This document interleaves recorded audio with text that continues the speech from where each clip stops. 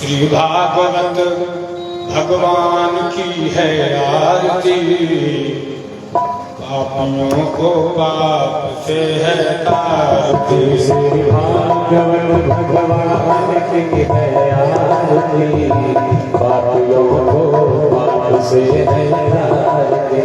श्री भागवत भगवान की है आरती, पापियों को पाप से है तारती। श्री भागवत भगवान की है आरती, पापियों को पाप से है तारती।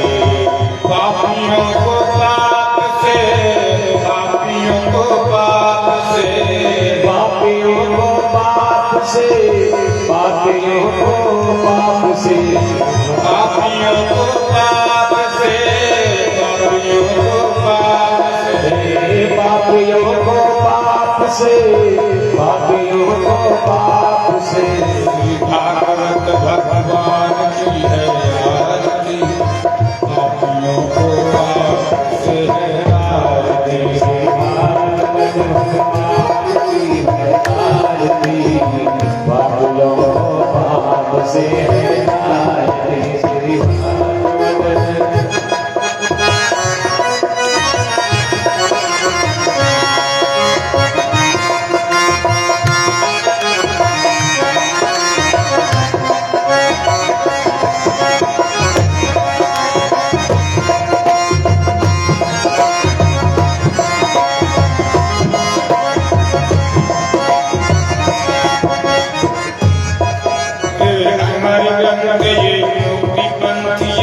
पंचम में निराला, नवज्योति जलाने वाला। ये अमर जगत ये मौन पंथ ये पंचम भेद निराला, नवज्योति जगाने वाला। ये अमर ग्रंथ ये मुक्ति पंथ ये पंचम में निराला, नवज्योति जलाने वाला। ये अमर जगत ये मौन पंथ ये पंचम भेद निराला, नवज्योति जगाने वाला। श्री राम यही घनश्याम यही, श्री राम यही घनश्याम यही, जग के मंगल की आरती, पापियों को पाप से है तारती। श्री भागवत भगवान की है आरती, पापियों को पाप से है तारती।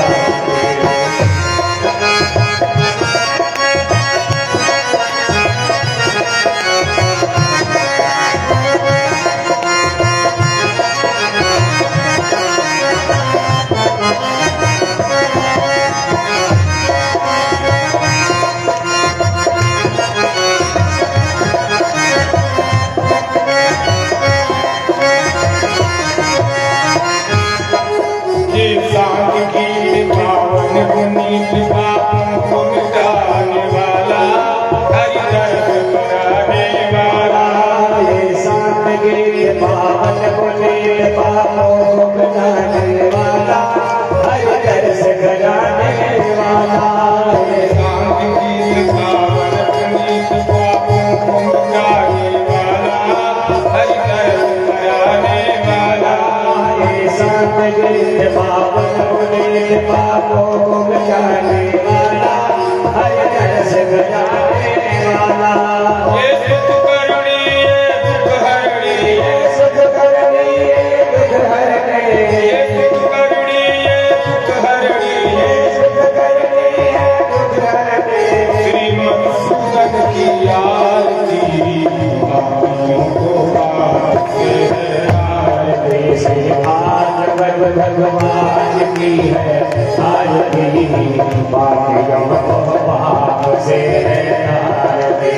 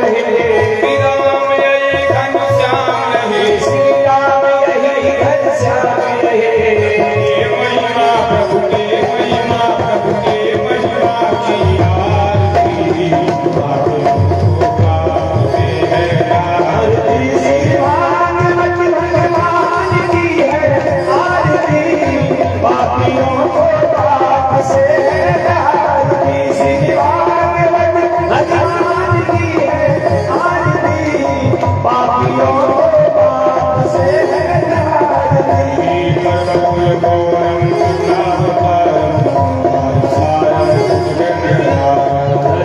संगम विद्यालय त्वमेव माता चंद्र त्वमेव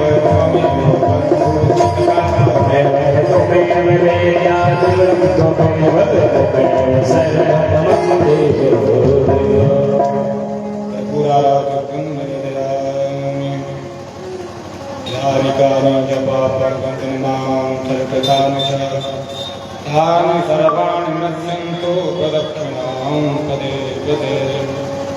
सभी लोग साथ पढ़ लें।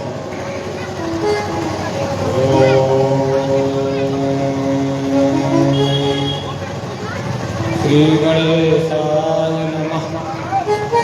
ओम श्री गुरुभ्यो नमः। ओम श्री वेद पुरुषाय नमः। ओम श्री सद्गुरु चरण कमलेभ्यो नमः। ओम श्री सच्चा परमात्मने नमः। परमात्म समारम्भां श्री सच्चा बाबा मध्यमां अस्मद् गुरुवर्य पर्यन्तां वन्दे सच्चा परम्परा। लक्ष्मीनाथ समारम्भां नाथयां मध्यमां अस्मदाचार्य पर्यन्तां वन्दे गुरु परम्परां।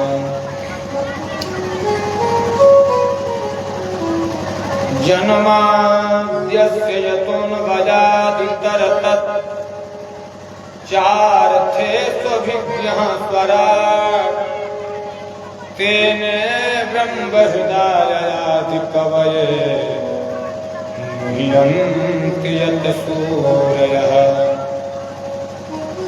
तेजो वारिविदां यथा विनिमयो यत्र त्रिसर्गो मृषा धाम्ना स्वेन सदा निरस्तकुहकम् सत्यं परं धीमहि। निगमकल्पतरोर्गलितं फलं सुखमुखादमृतद्रवसंयुतं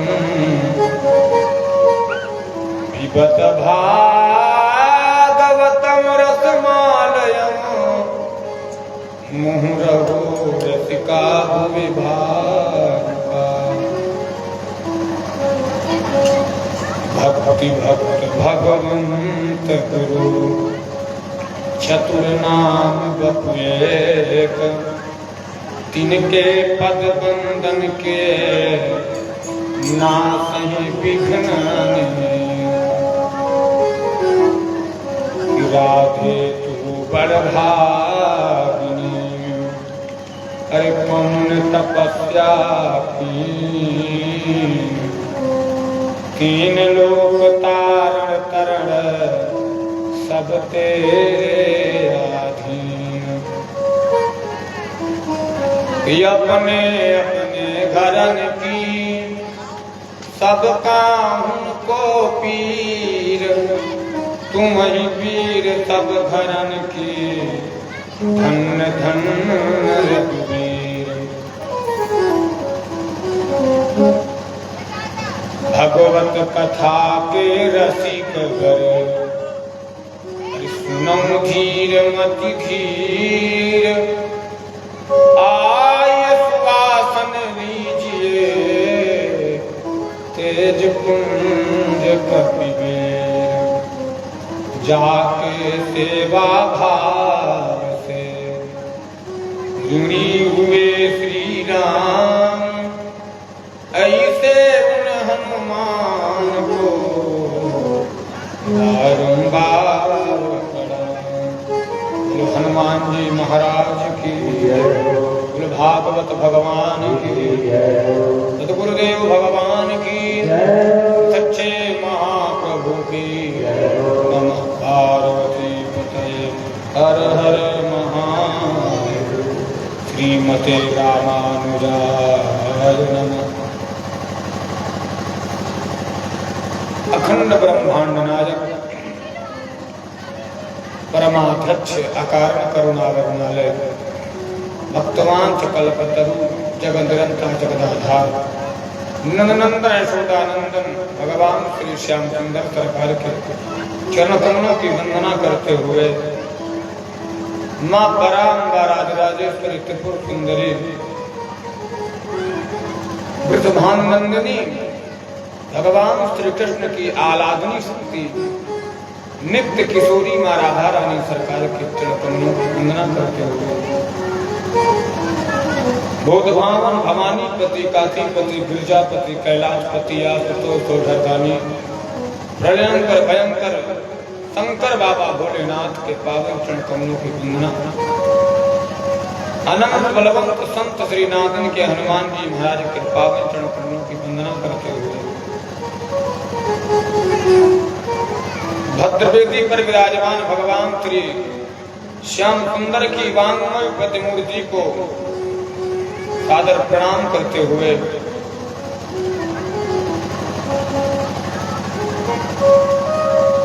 कण कण में विराजमान पूज्यपाद गुरुदेव भगवान संत सिद्धच्छा बाबा जी महाराज के पावन क्षण कमलों की वंदना करते हुए और ये सप्त दिवसीय श्रीमद्भागवत महापुराण अनुष्ठान का 7वां दिवस, जिनकी सानिध्यता में ऐसे परम तपस्वी यशस्वी संत पूज्य चित्रकूट की धरती प्रयागराज की धरती से विधारे पूज्य संत श्री अखिलेश जी महाराज के चरणों में वंदन और इस यज्ञ के मुख्य संचालक की भूमिका में ऋषिकेश चित्रकूट की धरती से विधारे पूज्य श्री स्वामी उमेश जी महाराज के चरणों में वंदन। कथा में उपस्थित समस्त भगवत सुधा स्वादन कराण महानुभाव, श्रद्धामयी माताएं एवं बहनें, सबके अंतःकरण में निवास कर रहे उस परमात्मा को व्यासपति से वंदन है, नमन है। आइए, जो ये पावन पुनीत हमको शुभअवसर मिला है, इसका अलग लाभ उठाया जाए, क्योंकि बड़ा सुंदर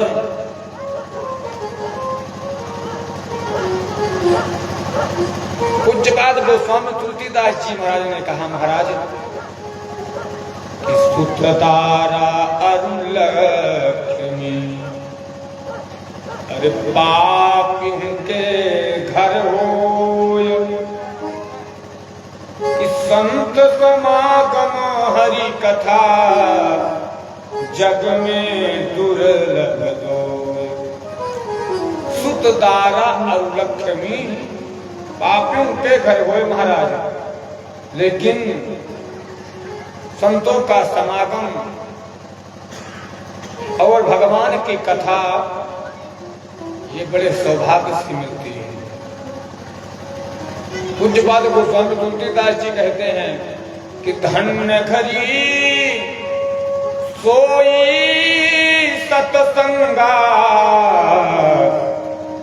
धन्य जन्म द्विज भगत अभंगा। महाराज वही हमारा आपका समय सार्थक है, जिस समय हम भगवान का महाराज गुणानुवाद कर ले, संतों का दर्शन कर ले, भगवान की कथा सुन ले, वही घड़ी वही महाराज हमारे लिए जीवन का सबसे बड़ी उपलब्धि है। आज आप हम सब का सौभाग्य है, कथा का आज विश्राम दिवस है। तो आइए 2 क्षण हम भगवान नाम संकीर्तन करेंगे, भगवान चरणों में अपनी हाजिरी लगाएंगे। उसके उपरांत हम सब प्रसंगवत कथा को स्थान करेंगे। ओम गोविंद हरे गोपाल हरे गोविंद हरे गोपाल हरे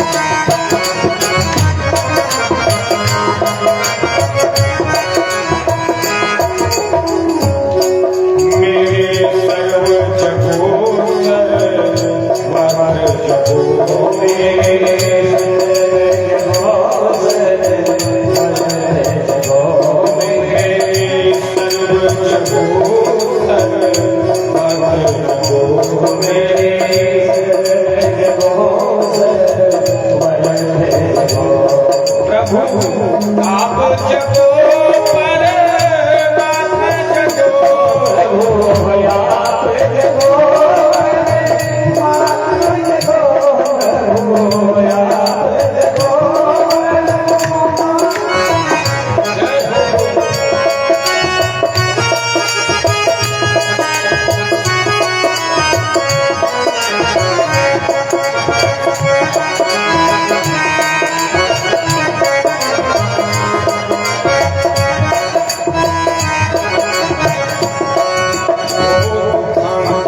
खेल का अंत करो तूफान खेल का अंत करो प्रभु अंत करो अंत करो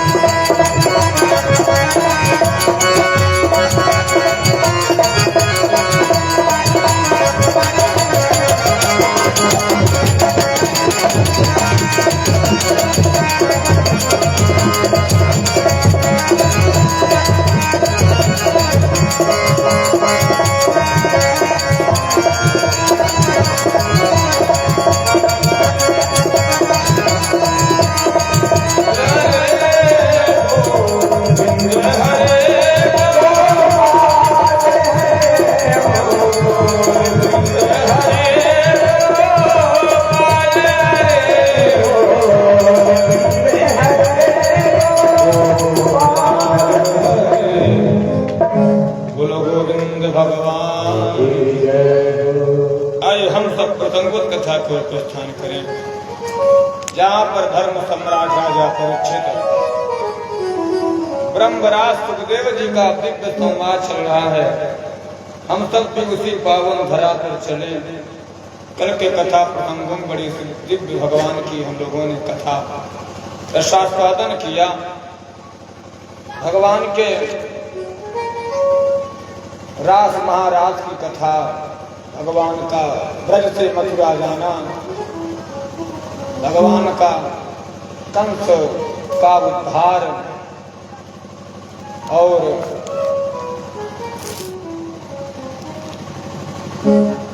भगवान का गुरुकुल जाकर के अध्ययन करना, महाराज गोपी उद्धव संवाद, मुचुकुंद के द्वारा काल यवन का उद्धार, ये संपूर्ण लीलाओं का हम लोगों ने सांगोपांग भगवान की कथा सुधा कर आस्वादन किया। अब आइए पुनः कथा प्रसंग को आगे बढ़ाएंगे। कल कथा अंत होते होते भगवान श्याम सुंदर मां रुक्मिणी अम्बा के साथ विवाह किया। देखिए ये रुक्मिणी अम्बा कौन है? ये रुक्मिणी माँ भगवती साक्षात माँ लक्ष्मी की महाराज प्रतिमूर्ति अवतार है। जैसे माँ जानकी जो है साक्षात माता लक्ष्मी है, और लक्ष्मी हमेशा नारायण का ही वर्ण करती है।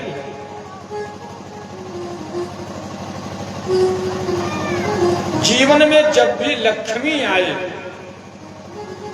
तो भैया हमको आपको चाहिए उस लक्ष्मी को नारायण की सेवा में लगाए महाराज। अब अगर आप सोचे कि उस लक्ष्मी को आप बचा कर के रखें महाराज, तो वह लक्ष्मी जो है धीरे से निकल जाए।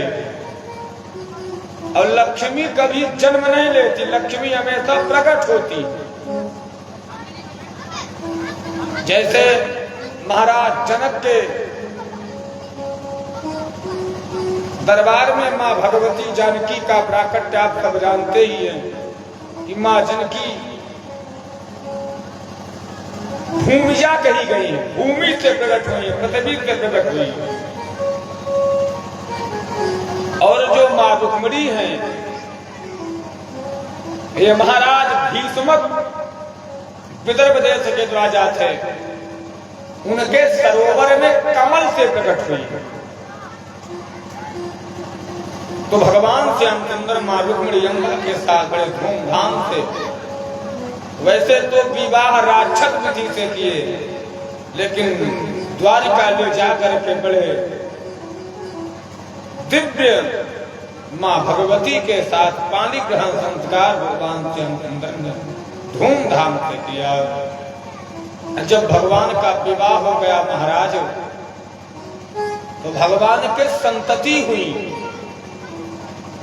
सबसे पहली संतति का वर्णन सुखदेव महात्मा राजा परीक्षित तो करते हैं कि हे राजा परीक्षित,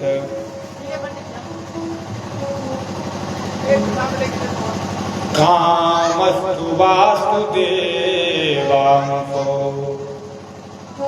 तगधा प्रागरुद्रमन्युना देहोपपत्तये भूयस् तमेव प्रतिपद्यत। कामस्तु वासुदेवांसो, महाराज कौन थे ये जो मां रुक्मिणी अम्बा के गर्भ से उत्पन्न हुए? तो कह दिए साक्षात भगवान कामदेव थे। तो कौन से कामदेव थे? तो कहते हैं तगधा प्राग रुद्र मन्युना, जिन कामदेव को बाबा भोलेनाथ ने जला दिया था। कब जलाया? जब मां पार्वती से विवाह करने के लिए देवताओं ने कामदेव को प्रेरित करके महाराज बाबा भोलेनाथ के पास भेजा।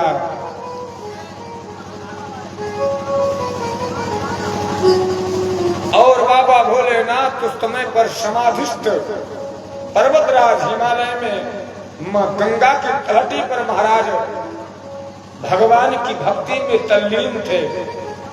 तभी ये कामदेव जाकर के आम्र पल्लव के महाराज छिप करके,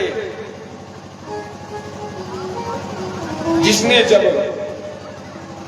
भगवान शिव पर जो इनके 5 बाण हैं, अरविंदम शोकम चाचितम चानो मल्लिका नीलोत्पलम च पंचैते पंचबाणस्य सहायका, अपने 5 बाणों का प्रयोग महाराज इस कामदेव ने भगवान शिव पर किया। अच्छा, जब भगवान शिव पर किया, भगवान शिव के हृदय में भगवान राम विराजमान रहते हैं महाराज। अगर ये शिव की समाधि खोलता तब भी पर भगवान शिव को कोई आपत्ति नहीं, लेकिन इसने हृदय पर बाणों का प्रयोग किया महाराज। और जहां भगवान भोलेनाथ कहते हैं जहां मेरे राम पर इसने प्रयोग किया, तो भगवान शिव जब दिवती सरनयन उभारा चितवत काम भयं जरि छाया, ये वही कामदेव महाराज जल करके भस्म हो गए। कामदेव की पत्नी जिसका नाम था रति, ये रति महाराज जिस समय पर सुना कि मेरे स्वामी तो भगवान भोलेनाथ ने जला डाला, ये रति महाराज रोती बिलखती भगवान शिव के पास पहुंची।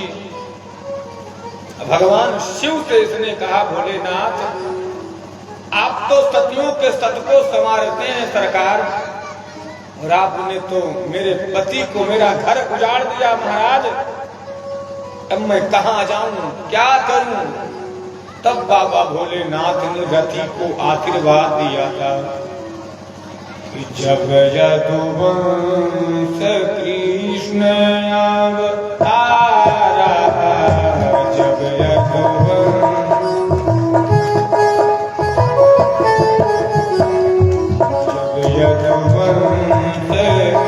कृष्ण अवतारा,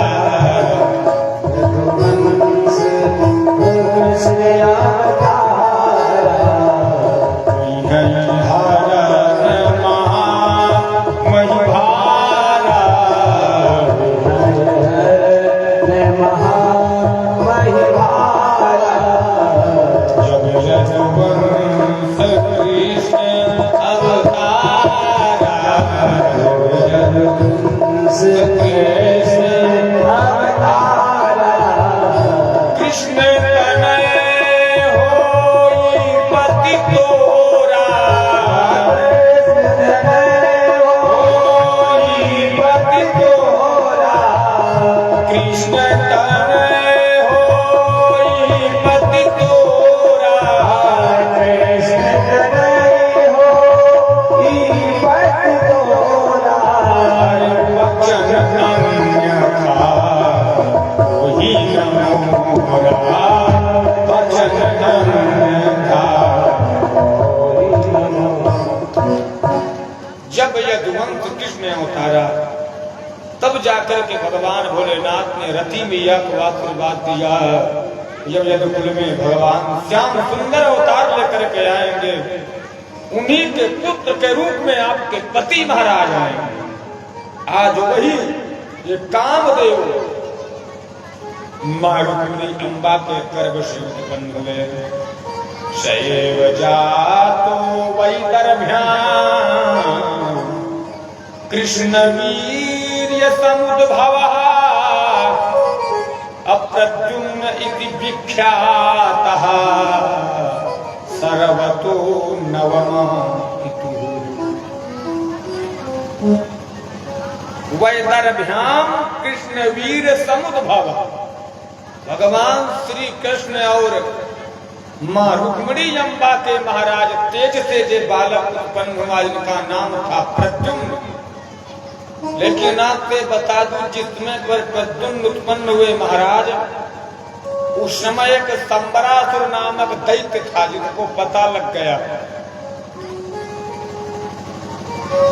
कि उसकी मृत्यु भगवान श्री कृष्ण के पुत्र के हाथों है। महाराज उसने प्रसूतिका ग्रह से प्रद्युम्न भगवान का हरण कर लिया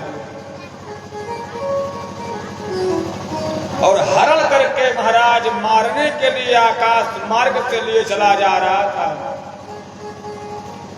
उसके राज्य के सन्निकट विशाल समुद्र पड़ता था। उसी समुद्र में उसने उस बालक को महाराज फेंक दिया और उसको एक मछली ने निगला। कहते हैं मछली के उदर में जब वह बालक चला गया महाराज, वह बालक मछली के गर्भ में पलने लगा। और यही नहीं, एक दिन संबरासुर के राज्य के कुछ मछुआरे उसी समुद्र में जाल लगाए। संयोग से वो मछली उसी जाल में फंस गई और उस मछली को महाराज संबरासुर के यहाँ जब भेंट देने के लिए दिया गया तो संबरासुर ने कहा इस मछली को मेरे भोजनालय में पहुंचा दिया जाए और पकवाया जाए। जब उस मछली का महाराज उधर पेट भरा गया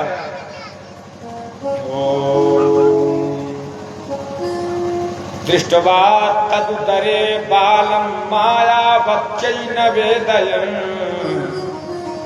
महाराज उसके उदर को चिरा गया तो वह बालक उत्पन्न हुआ। सर्वांग सुंदर बालक था। अब ये हुआ इस बालक को कौन ले, तो उसी संबरासुर के यहाँ महाराज एक भोजन बनाने का कार्य किया करती थी जिसका नाम था मायावती। ये मायावती कौन थी?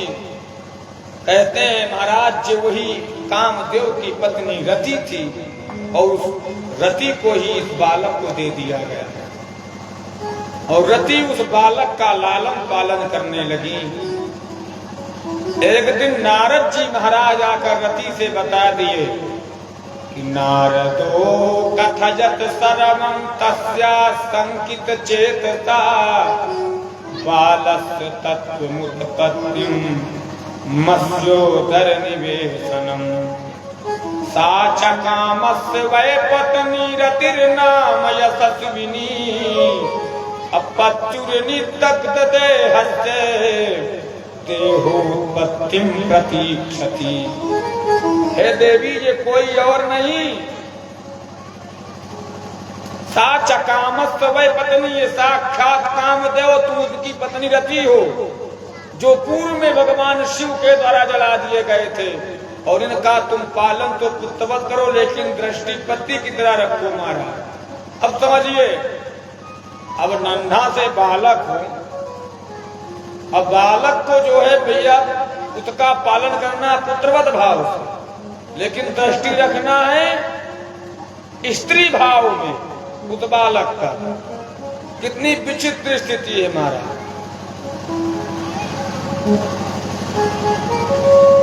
और मैया रति उस बालक का लालन पालन करने लगी। थोड़ा से वह बालक जानकार हुआ।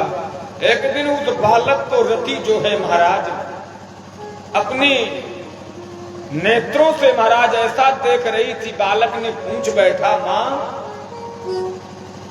आप लालन पालन तो पुत्रवत कर रही हैं, लेकिन वर्तसे कामनी यथा, कामनी स्त्री की तरह आप जो है मुझे देख रही हैं, आखिरकार हमारा आपका कौन सा संबंध है?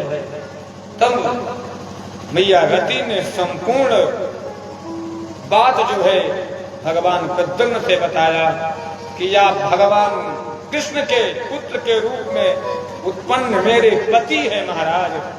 थोड़े दिनों में संपूर्ण विद्याओं का अध्ययन करा करके जब महाराज प्रद्युम्न पारंगत हो गए महाराज, जाकर के संबरासुर को ललका करके और संबरासुर का महाराज सिर उसका काट दिए। संबरस सिरः काला ताम्रतम सोजसा हरत। संबरासुर का उद्धार करके महाराज पहुंच गए पुनः द्वारिका नगरी में। आज जब द्वारिका नगरी में महाराज भगवान कन्हैया और माता रुक्मिणी अम्बा ने देखा, देवकी वसुदेव ने जब देखा कि हमारा पौत्र वधू के साथ आया है महाराज, आनंदित हो गया। द्वारिका नगरी में धूमधाम उत्सव मनाया गया। ये बड़ी दिव्य कथा सुखदेव महात्मा राजा परीक्षित को सुनाए। बोलो बांके बिहारी लाल की जय। अब पुनः भगवान के और भी विवाह हुए, बड़ी दिव्य उनकी भी कथा सुखदेव महात्मा कहते हैं राजा परीक्षित। भगवान के ही उसी द्वारिका के पास महाराज एक सत्राजित नाम का यादव था, जो भगवान सूर्य का उपासक था और भगवान सूर्य की बड़ी दिव्य सेवा किया करता था, पूजा किया करता था। महाराज भगवान सूर्य प्रत्यक्ष देवता कहे गए हमारे।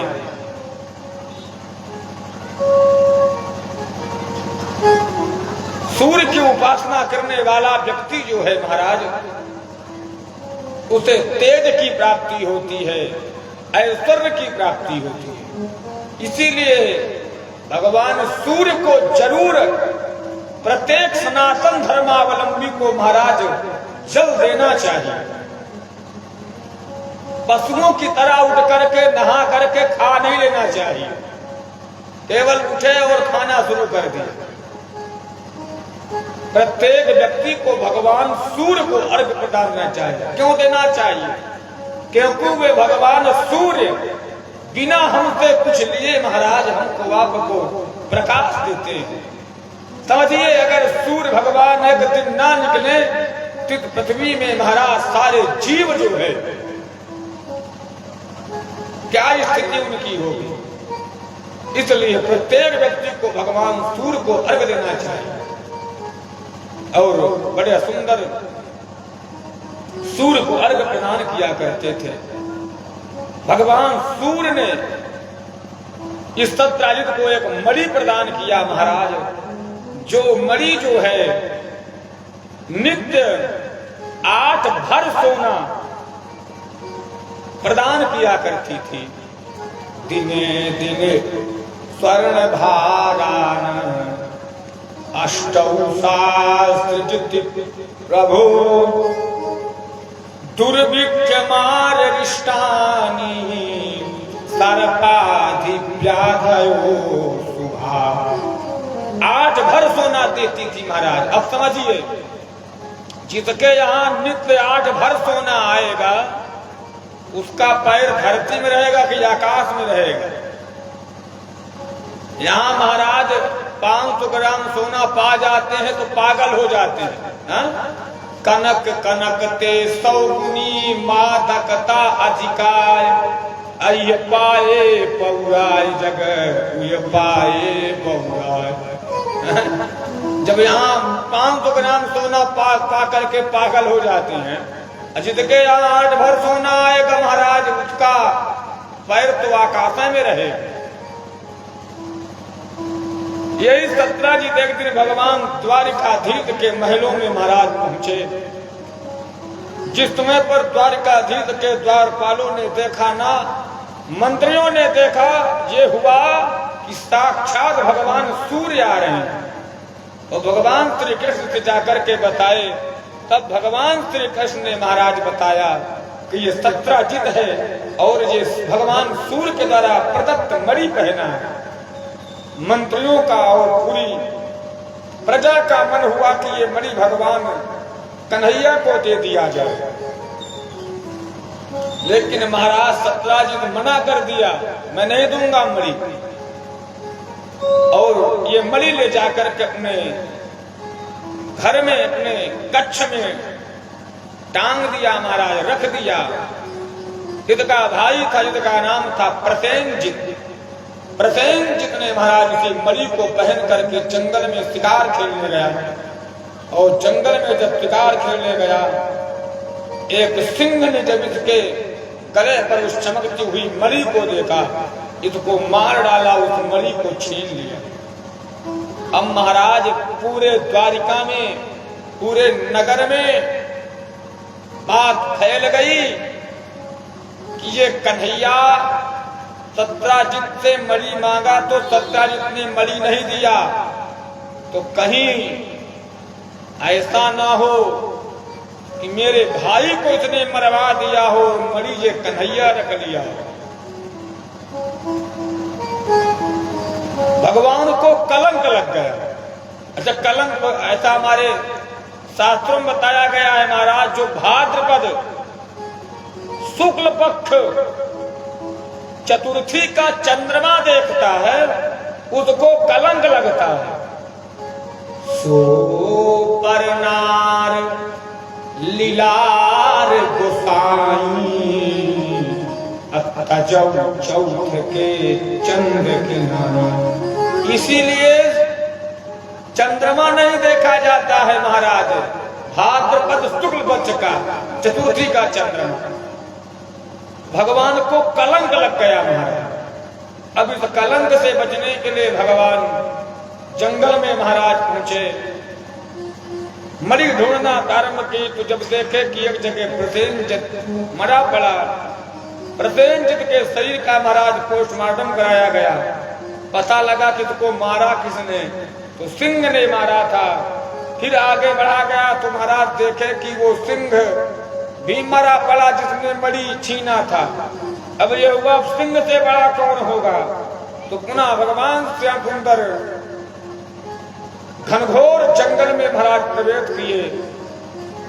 तो आगे एक गुफा दिखाई पड़ी, जिस गुफा में वही मणि लेकर के एक युवती खेल रही थी। उस गुफा में प्रवेश कर भगवान कन्हैया उस युवती से, बालिका से मणि भैया छीनना चाहे। इतने में वह जोर से चिल्लाने लगे। वहीं उनके पिता महाराज आवाज सुनकर गुफा में आ गए। ये कौन है?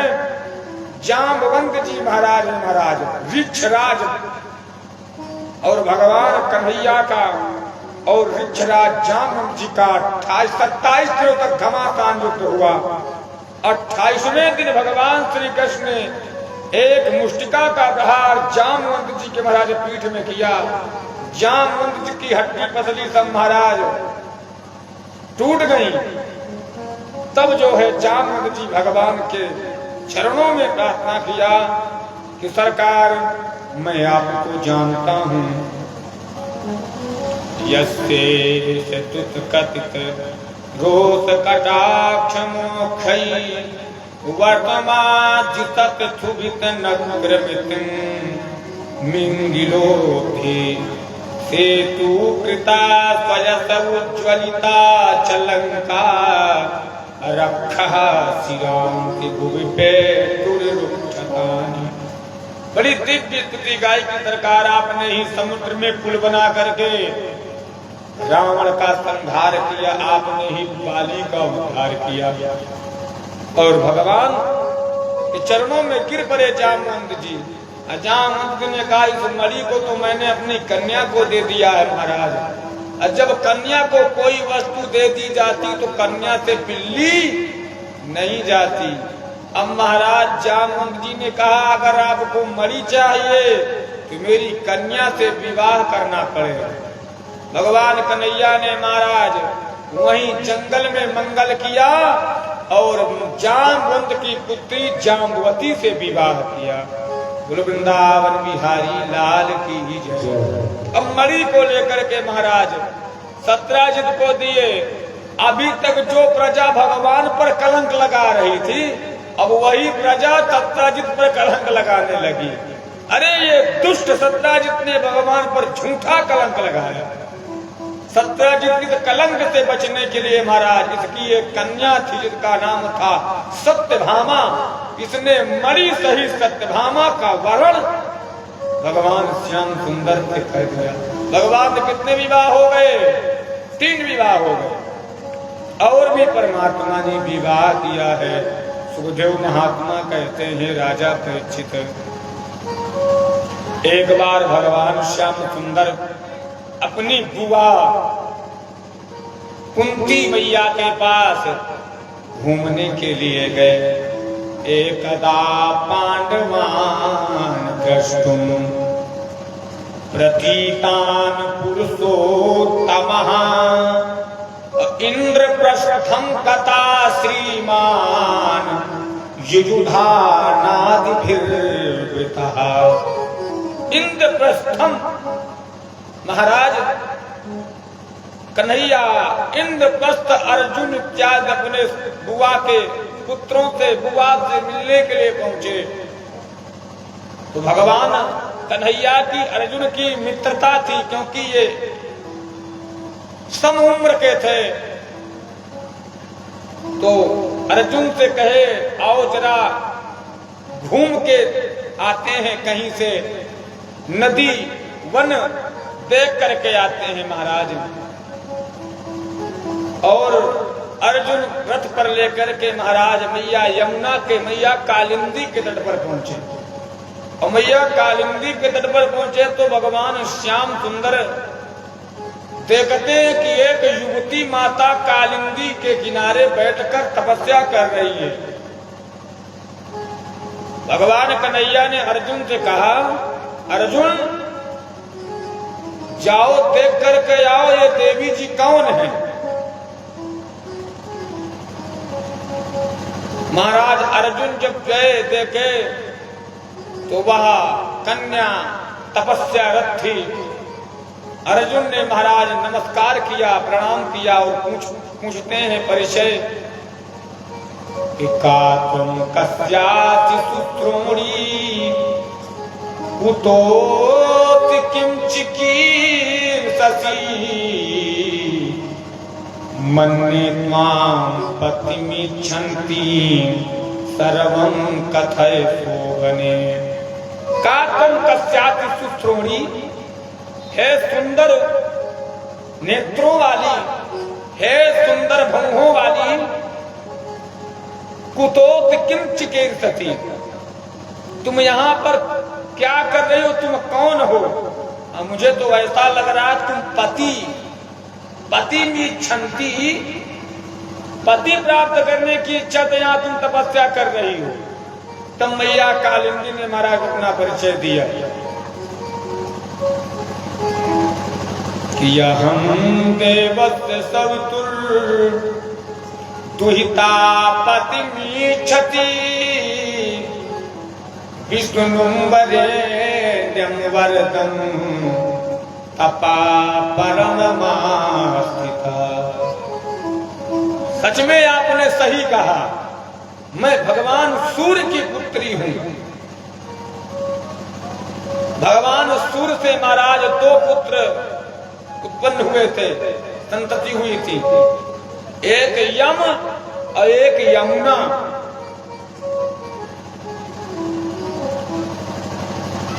आज भगवान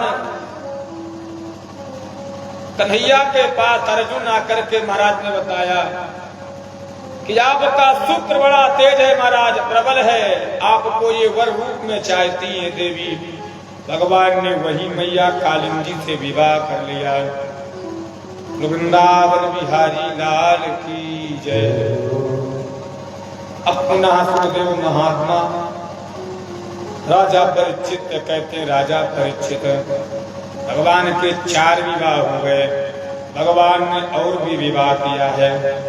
एक थे महाराज बिंद और अरविंद नाम के 2 भाई थे और उनकी बहन थी, इनका नाम था मित्रविंदा। मित्रविंदा महाराज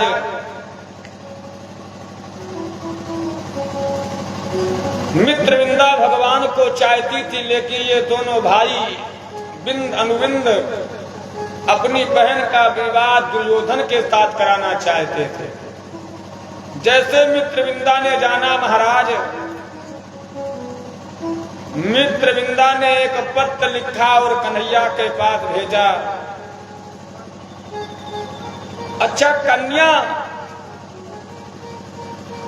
वर का कौन सा गुण देख करके उससे विवाह करना चाहती है? तो कहते हैं कन्या वरयते रूपम माता वित्तम पिता गुण बांधवा। बंधु बांधव कुल देखते हैं, कन्या वर देखती है, रूप देखती है, माता पिता उसका धन देखता है।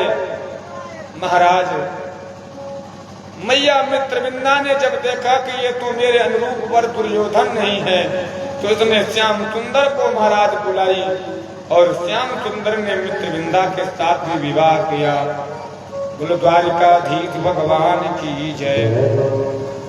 एक थे नग्नजित नाम के राजा महाराज, कौशल देश के राजा थे, जिनकी कन्या का नाम था नग्नजिती, उनका एक नाम सत्या था।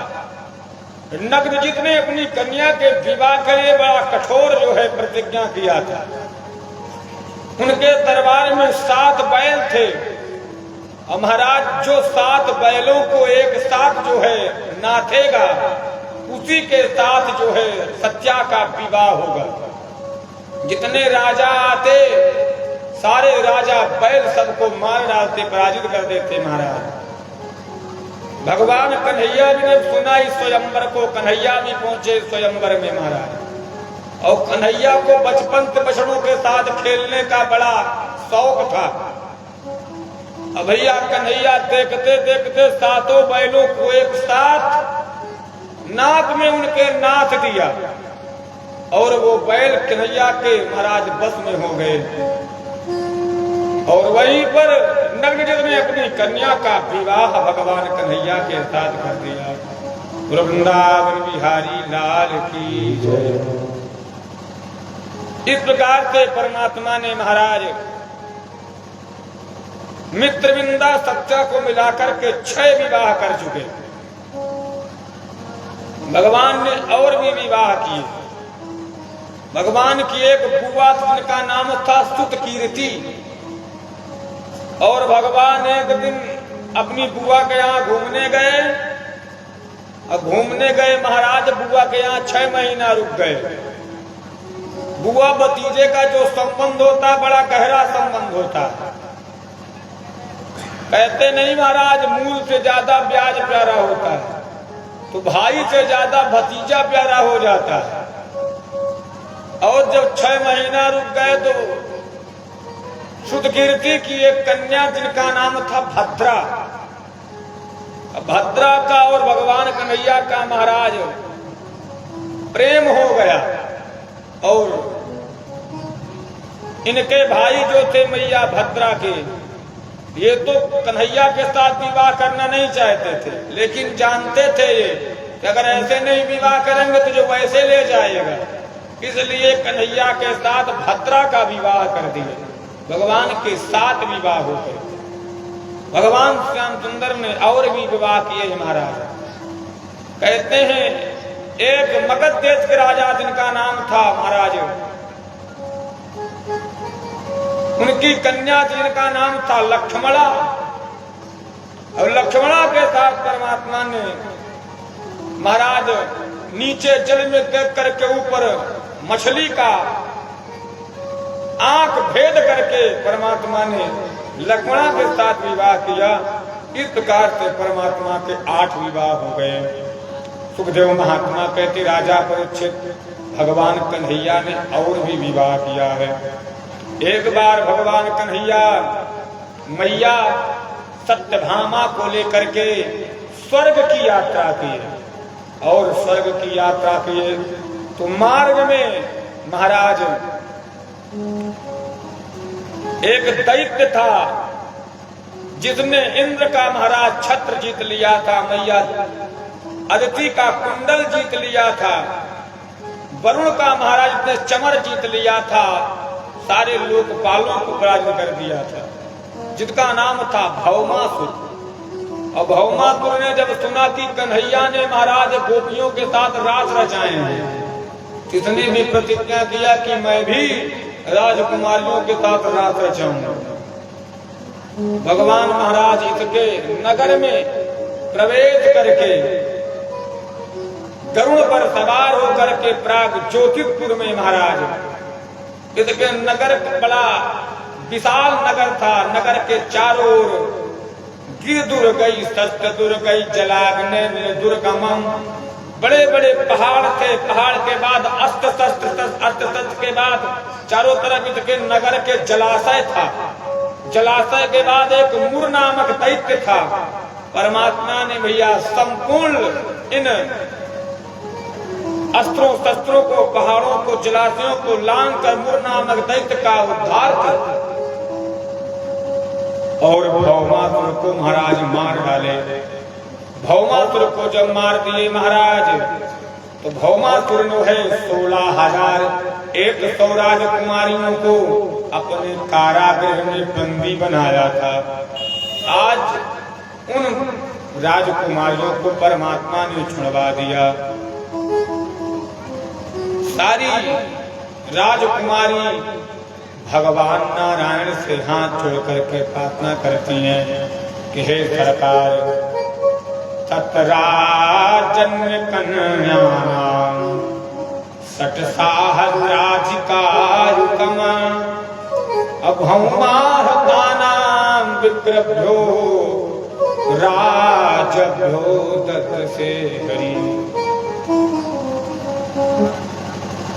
सारी को राजकुमारियों ने भगवान से यही प्रार्थना किया, सरकार हम हरण की हुई रानियां हैं, अब हम कहाँ जाएं, क्या करें? ना हमारे भाई अपनाएंगे ना हमारे माता पिता अपनाएंगे, यही नहीं अब हमारे साथ कोई वर्ण भी नहीं करना चाहेगा।